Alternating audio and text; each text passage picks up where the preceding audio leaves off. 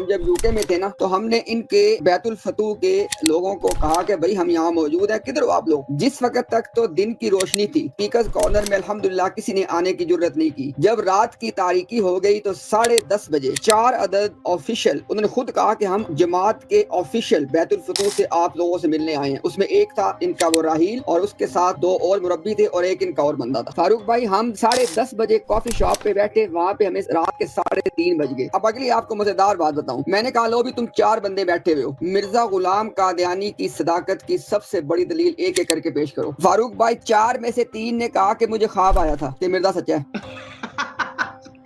یہ میں خدا کی قسم کھا کے، میں اللہ کو گواہ بنا کے قسمن یہ بات کہہ رہا ہوں۔ یہ سلیم میر نے کیا پیش کرنا ہے؟ میں آپ کو بتا رہا ہوں کہ یہ جماعت کے 4 لوگ، ان میں سے 2 مربی ہیں اور ایک ٹاپ آفیشل، انہوں نے کہا جی مجھے خواب آیا تھا، اور بائی دا وے جو چوتھا بندہ تھا اس نے بھی کوئی دلیل پیش نہیں کی ہے۔ تو بھائی مرزا غلام قادیانی کی صداقت پہ جماعت احمدیہ کے پاس کوئی دلیل نہیں ہے۔